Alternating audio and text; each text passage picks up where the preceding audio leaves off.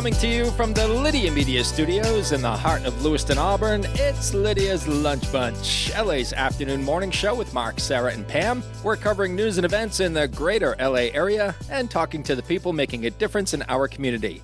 And Dave Perlman. You beat me to it. Feel free to share your comments, questions, or suggestions via email at podcast@lydiamediallc.com. And today's show is powered by Dubois Electric, building lasting relationships since 1967.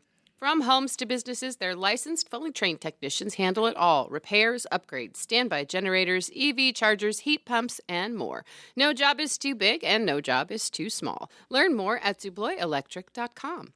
Also brought to you by Roopers Beverage and Redemption. When it comes to beer, wine, and spirits, don't botch it, squatch it. At 4 locations in Lewiston, Auburn, and Oxford. Learn more at RoopersBeverage.com. And remember, the party starts at Roopers.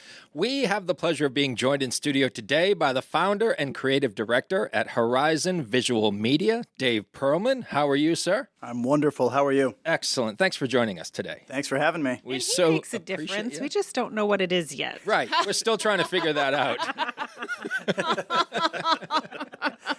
We're not sure if some of it is safe for podcasting. Wow. My mom always told me that I was special, so All right. He's an only child, too, so. Oh, So are you still working on the Among Us spot, or is that complete? that is complete. All right. So we're going to talk about that and a whole lot more with Dave coming up here in just a bit. Before we do, let's take a look at some headlines for Tuesday, October the 7th. The Sun-Journal reports that nearly 36 people attended yesterday's listening session at Gather to Grow in Lewiston as the city searches for its next chief of police. According to City Administrator Brian Cainrath, the city is preparing to do deep dives on candidates who have come forward from inside and outside the department.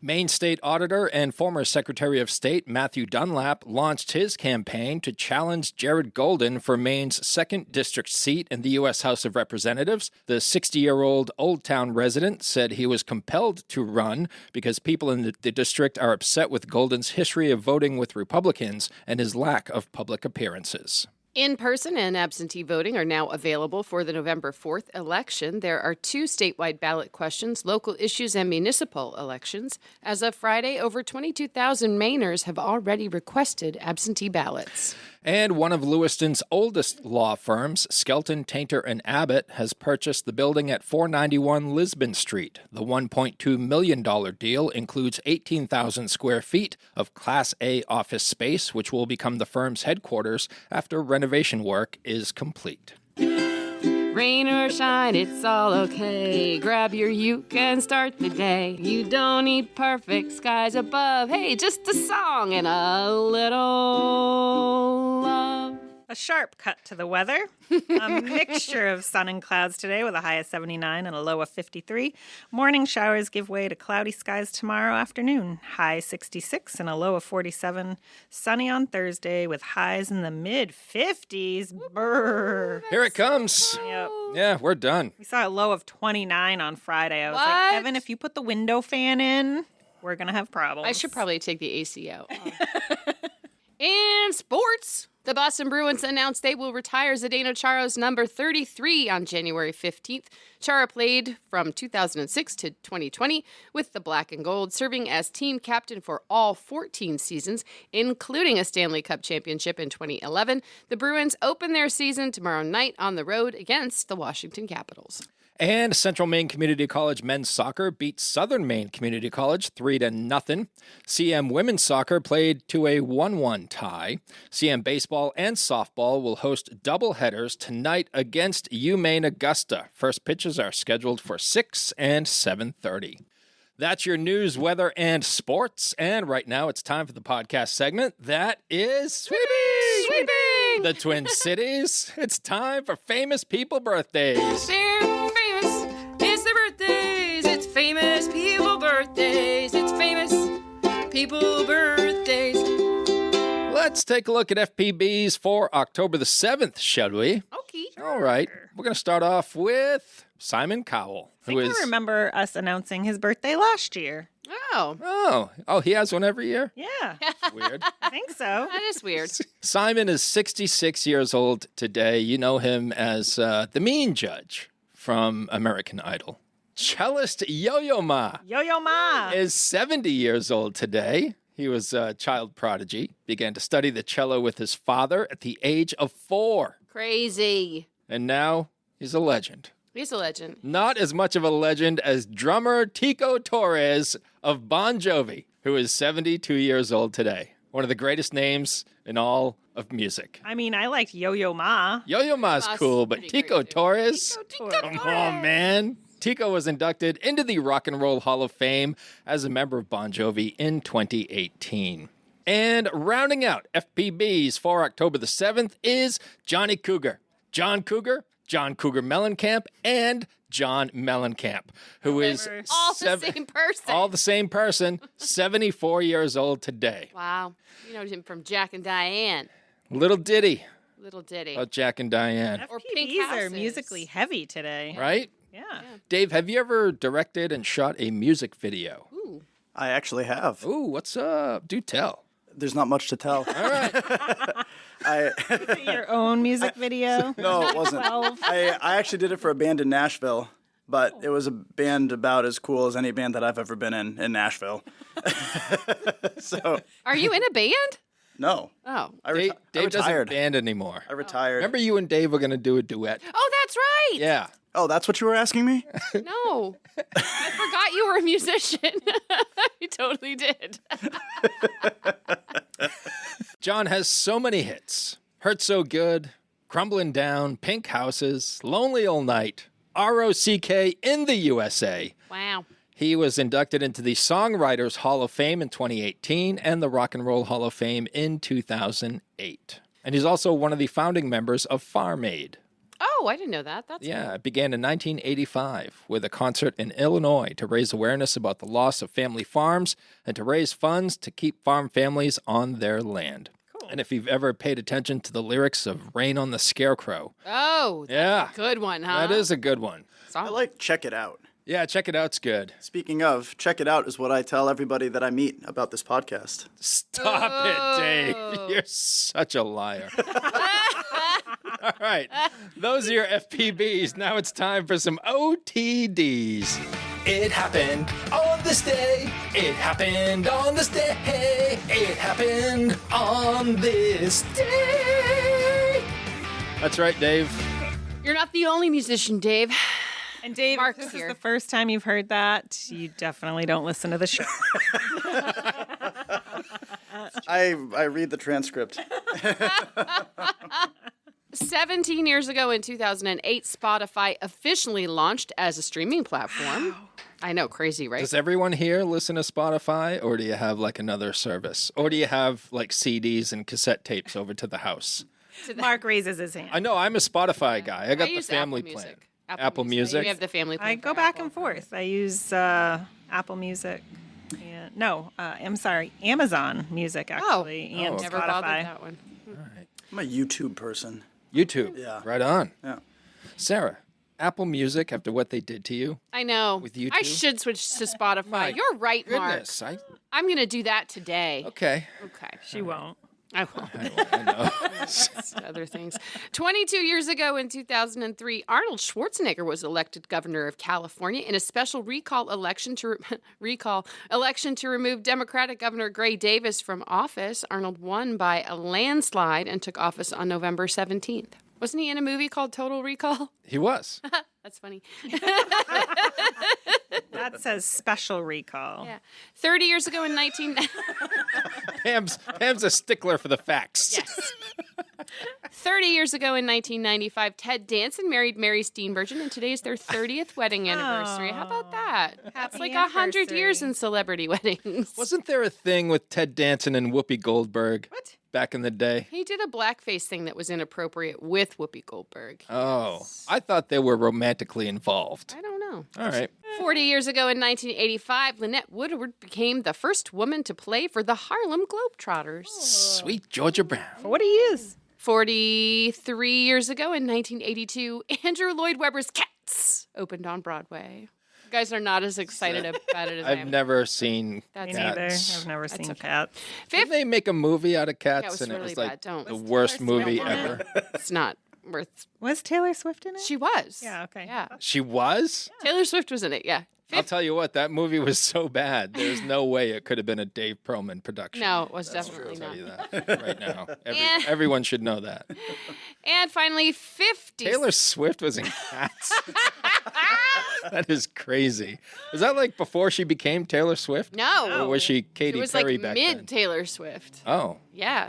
57 years ago in 1968, the Motion Picture Association of America adopted its film rating system ranging from G for general audiences to X for adult patrons only. Dave, have you ever filmed an X-rated movie?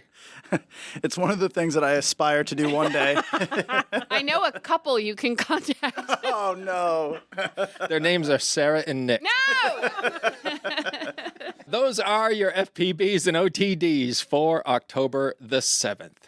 Whether you want a sit-down meal or a grab-and-go, Pat's Pizza in Auburn offers delicious sandwiches, pasta, salads, and pizza at family-friendly prices. Pat's Pizza, serving the LA area since 1985. Open daily from 11 a.m. to 9 p.m. at 85 Center Street in Auburn. Online at patsauburn.com.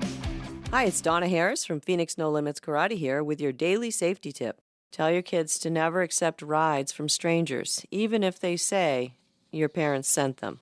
Let's all do our best to keep our community safe. Now, we shift focus fully to our guest in studio, founder and creative director at Horizon Visual Media, Dave Perlman. You are a legend in the visual medium, right?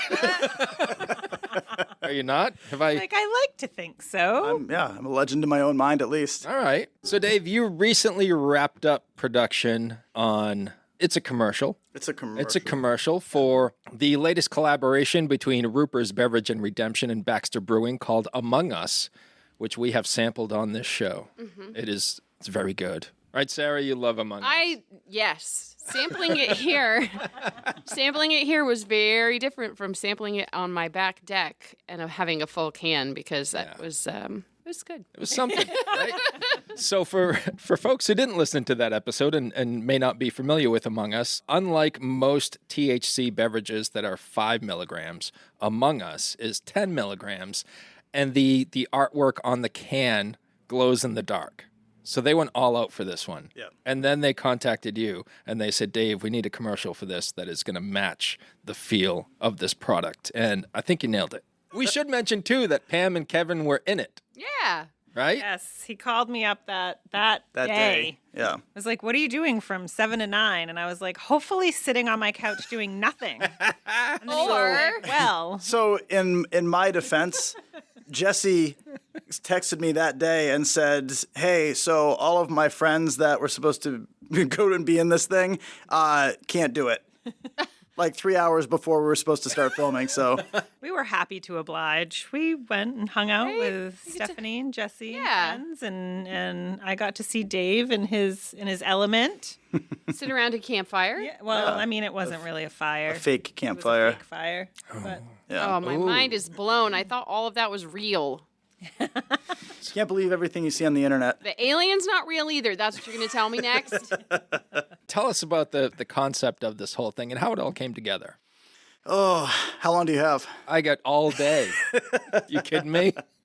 So when Roopers approached us, obviously the artwork on the can obviously was a big motivating piece for the concept here. And anybody who knows Jesse knows that he's all about aliens. So we really wanted to try to incorporate that theme as best as we could, while also kind of maintaining that, the outdoorsy, traditional Maine sort of vibe that, that you have with a lot of Baxter artwork.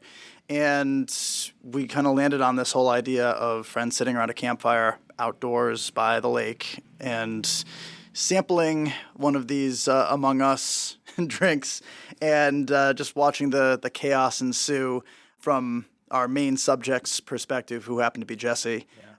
It was a lot to do in a short period of time because we only had about maybe 4.5 hours to do this whole thing.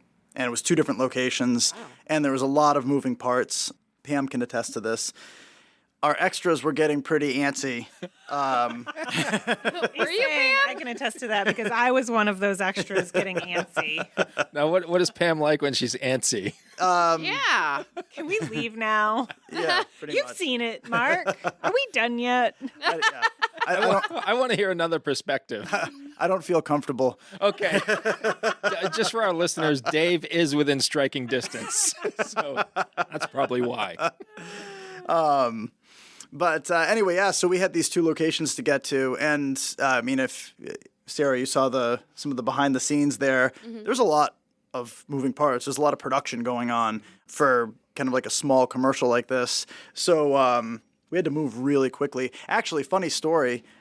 It wasn't funny at the time, but we almost destroyed one of their entire walls of coolers when we were setting this up in their location on Minot Ave. Oh, no. Because we had this idea where the alien's going to step out of the cooler, and I had this vision of like a foot stepping out with all of this like fog coming out right on the floor. We had to make space in the cooler, so we're taking down the shelves, and we had to move the product and everything. And we get like 80% of the way done taking out these shelves, and we remove like the second to last one, and then all of them just start collapsing in. One of the guys on my crew like reached in and just like grabbed it like the Hulk. He's like holding it back like this. That it could have been really bad. We smashed up a couple small cases, like 4 packs of whatever. Yeah. But that could have been really bad. And so crisis averted, and we had to pivot a little bit. But No video footage of that incident? no, unfortunately not. Right. They weren't rolling. Yeah, all of the good stuff that happens, we never all of that stuff. We never get it on video. Yeah. It's like when Mark doesn't hit record. Which hasn't happened in 27 days, by the way. I was at a job site a couple days ago. There was a chute on a cement truck. One of the guys I was working with was filming. I turned to look, and I just see the chute swing out because it wasn't latched. Just swing out, and he ducks at the last minute. It would have cleaned him and his camera out. Oh, no. Yeah. So there are real life hazards Some mishaps. in your line of work. Oh yeah. Even when you're sitting around a campfire or Exactly. going to Roopers. Sure. Yeah. I'm just happy for my insurance company. Yeah. That's great. Thank you, John Blanchett. Little piece of mind. Shameless plug. That's basically the concept there. I was actually on the more technical side of things. I was pretty happy with how the alien came out because we just went with like a basic costume from the Halloween store, and with a little bit of work in post, we were able to make it look fairly convincing. The weirdest thing about it, though, and I think Sarah can support me on this, is that we have this kind of like silly concept. That alien part is a little unsettling. I don't like it. You're not wrong. We have a soundbite that says that.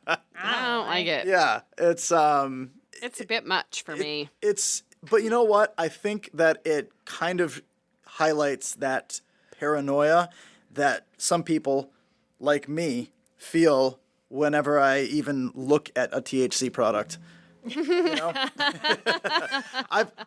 Are we allowed to talk about this? Of course. Okay, cool. Yeah. So I have had one THC drink ever. I drank half of a 10 milligram drink. I split it with somebody. And it was at a summer party. And I'm sitting there. I had a bunch of friends who were just like, I don't even drink beer anymore. Like this is just it. No hangover. You just like, it just like elevates you a little bit and like just kind of brings down the noise. And it's just like, really sold me on it. Yeah. And is none of that stuff that like typically happens with marijuana, like, none of that stuff happens. Okay, whatever. I'll give it a try. So I'm sitting at this party for like an hour and a half after drinking this. It says it's supposed to work in 30 minutes. And I'm like, this is doing nothing at all. So it's like getting ready to go. I'm tired. I'm ready to go home. So get up and I go to say bye to everybody.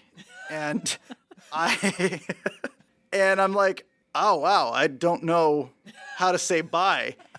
And everybody in this room is watching me right now.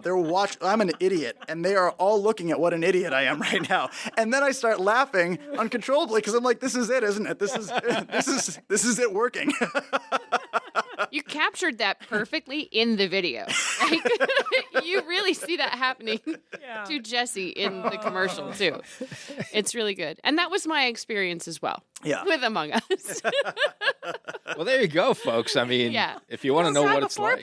It's good stuff. It is. Don't make any plans. I got the munchies. Yes. And I don't get the munchies with any other edible or drink. So I don't know what that means, but I wanted snacks. I told you about the peanut butter pretzels. Which I don't know how you eat that. The like little square bites. Yeah. Those are dangerous. So I had an Among Us, and I was sitting on my couch with one of those plastic containers full of those peanut butter nugget pretzel things. And how big are those containers? I mean, pretty big. It's a bin. It's like a gallon jug-sized bin.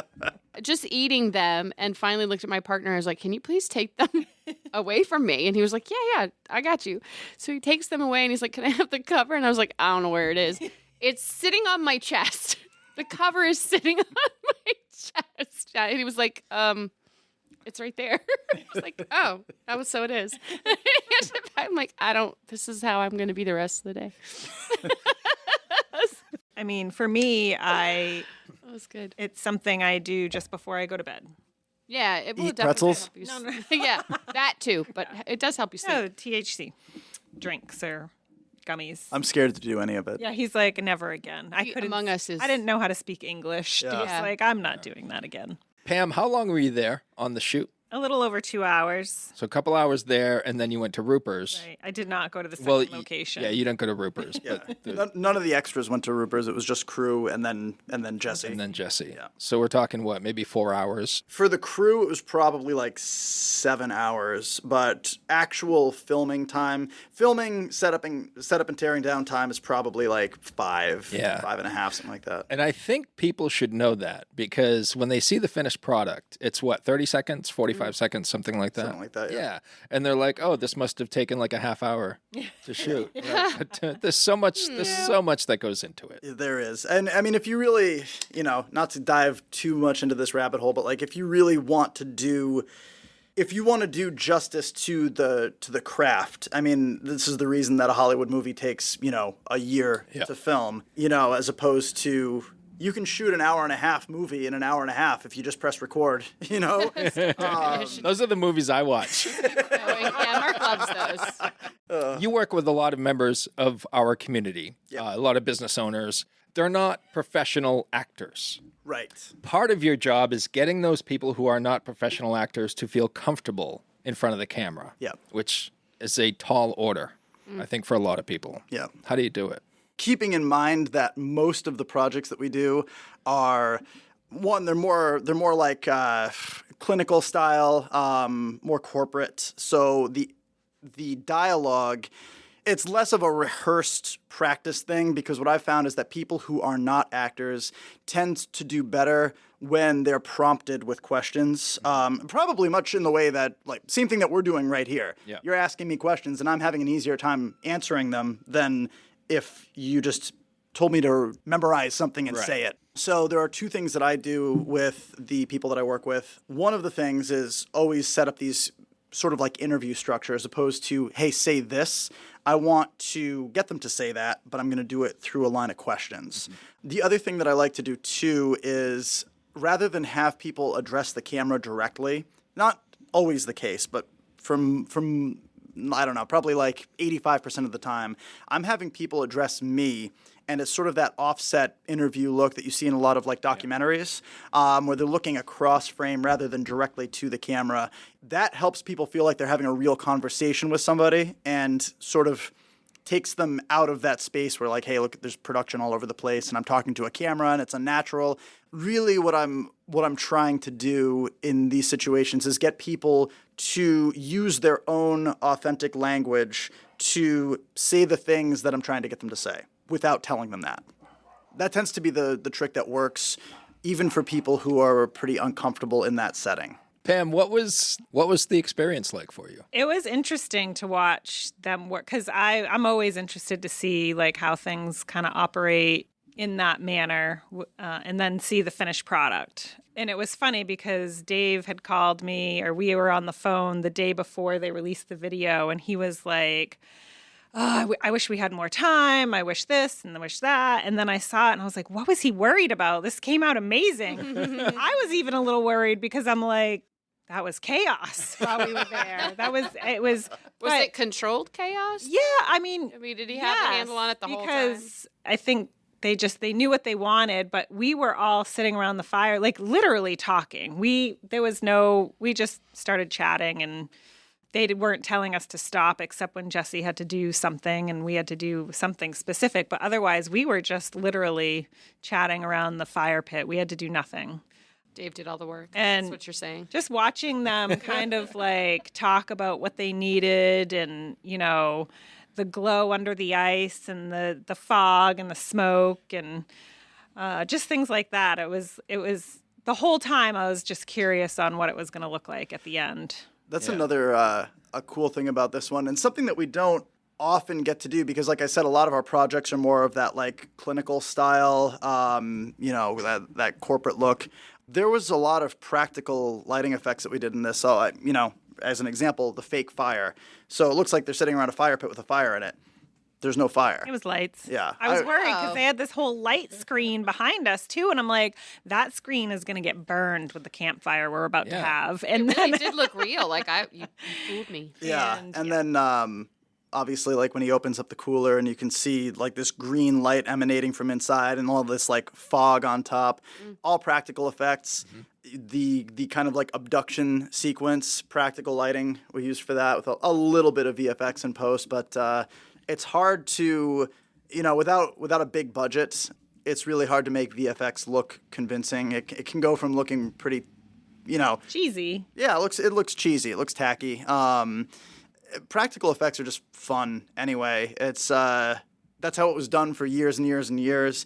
And even the best VFX now are often done with some practical effects too, and it really sells it. You know what I mean? Mm-hmm. So it's fun doing projects like that where you can flex some of those creative muscles in terms of production. Yeah. And I wasn't saying it looked cheesy. I was saying there's that potential for it to look cheesy. Oh, yeah. But you didn't. Yeah. Okay. Yeah. I just wanted to clarify. Well, clarifying. Yeah. I mean, there's an inherent amount of a small inherent amount of cheesiness just associated with this concept. But it's but I wouldn't say it had anything to do with the effects. No. Yeah. Anyway. Yeah. Pam used the word chaos during filming. Do you thrive in chaos, or would you rather work in a more structured, organized atmosphere? I would rather work in a structured, organized atmosphere, but it is hard to do that in any kind of production. Yeah. All you're concerned about, all the consumer of this content is concerned about is what you see in frame. Yeah. So most of these projects, there's stands and lights and wires and cases and every other thing like strewn out all over the place, and all that matters is what you see in frame. So that makes it challenging, especially on bigger setups like this. Like Pam's talking about this. We had it's called a 12 by, but it's a 12 foot by 12 foot metal frame that has a sheet of diffusion in it. This thing's massive, and we needed something big because we had 5-6 people in frame, and we needed to be able to light all of them. Stuff like that doesn't get set up or torn down quickly. So there's a lot of this just like chaos and mess surrounding the frame. And when you have to move from location to location to location, this is why you need hands on deck and some semblance of order in order to make this stuff work. But there is an inherent chaos that goes along with production for the most part. Yeah. Yeah. Yeah, it's like deadline week for us. As much as we try to prepare, there's always some sort of chaos that is going to happen while we're putting it all together. Do you enjoy the shoot more than editing, or vice versa? Yeah. There are some people in this world that wake up and look out the window and they're like, oh my God, what a beautiful day, as they lower the shade and sit down at their computer to edit all day. That's what fills their cup. That's what they like doing. And I would love to meet one or two of those people because I am not one of those people. And I'd rather be golfing. I'd rather be golfing for sure. But absolutely would rather be doing production or even just like client interaction type stuff too. I like, relationship management. A lot of my clients I get lunch with, I just, kind of hang out. We're friends, but we talk about work stuff as well. I like doing that portion of things. I like the production piece of it, of course. The post-production elements of it are fun, but it's not my favorite, which I'm sure you have your own feelings about post-production. I do. I certainly do. Does AI play a role in your industry now? There's a number of ways that I use it. A lot of what I use it for, organizing ideas or thoughts. I don't like to use it to generate concepts, but you can use it for a little bit of inspiration. I will often use it for if I have a client meeting. So I sit down with you and we want to talk about doing a video project. A lot of times I'll take a voice recording and grab a transcript from that and run it through ChatGPT. And I'll use that to kind of summarize the conversation and create a list of actionable items. So I like to use it for efficiency. I use it for some efficiency in billing, and I'll use it for some answers to, if I'm trying to, practical effects are actually a great example. Like, hey, I can't get my hands on dry ice. I'm trying to achieve this effect. What other things can I do? So you can use it to solve some issues that way. In terms of the actual post-production, I've thought about doing some partial, AI sets where, maybe you have like a green screen out a window or whatever, and you use AI to generate a scene to play outside a frame. You can have it do more than that, but at least at this point, AI video, although it's like pretty remarkable what you can do with it, it still has that look. So I don't think that it has a role as a primary part of your frame just yet. Yeah. Great stuff, Dave, and congratulations on another successful project. Thank you. It looked like a lot of fun. It was a lot of fun. Maybe you'll be part of the next one. Hey, Ooh, maybe I'll sit around a campfire. fake campfire. Why did Pam already say she's not doing it again? It was that much fun. It was that much fun. Next year marks 30 years of Uncle Andy's Digest. What started as a beloved print publication has grown into Lydia Media, a full-service marketing partner helping local businesses thrive. From LA Metro Magazine and the Lydia's Lunch Bunch podcast to social media management, website design, and advertising across all platforms, we've got your marketing needs covered. If you're a business making a difference in our community, let's connect. Lydia Media is here to tell your story and help you grow. Lydia Media, in business, for business. Learn more at lydiamediallc.com. Dave, we like to close out the show with a segment called 3 Random Questions, which I'm sure you're familiar with as a loyal listener. Absolutely. All right. You are presented with a challenge. Someone dares you to count backward from 300 to 0. If you succeed, you will be given $100,000 in cash. If you misspeak, get any digit incorrect, or make any mistake whatsoever, you will immediately be pushed off a cliff. I think I could do it. Like It's it doesn't. a matter of life and death. Yeah, but You put your life on the line for $100,000. yeah, but the thing is, there's no constraints like stated in that. So like I could write down 300. You could. And then I could pause. It doesn't say how long it could take. Then I could write it down and read them one at a time. But even as careful as you are, I know. if you make one mistake, you're done. Yeah, it's probably not worth it. You've talked me out of But it. what's life without a little risk, right? That's right. You want me to go? Yeah, you can go. Okay. I'll ask my weird question. Oh, I got I like this question. I think it'll be funny for All right. Dave. I do know he was an only child. What is the naughtiest thing you got away with or didn't get away with as a child? Were you a problem child or were you pretty straight edge? Somewhere in between. Yeah. Oh, well, I don't know if this really counts as getting away with or not, but I set fire to the woods around my parents' house. Oh, no. And I didn't really get any kind of like crazy punishment from it. My parents let us play with fireworks. when we were like young teenagers.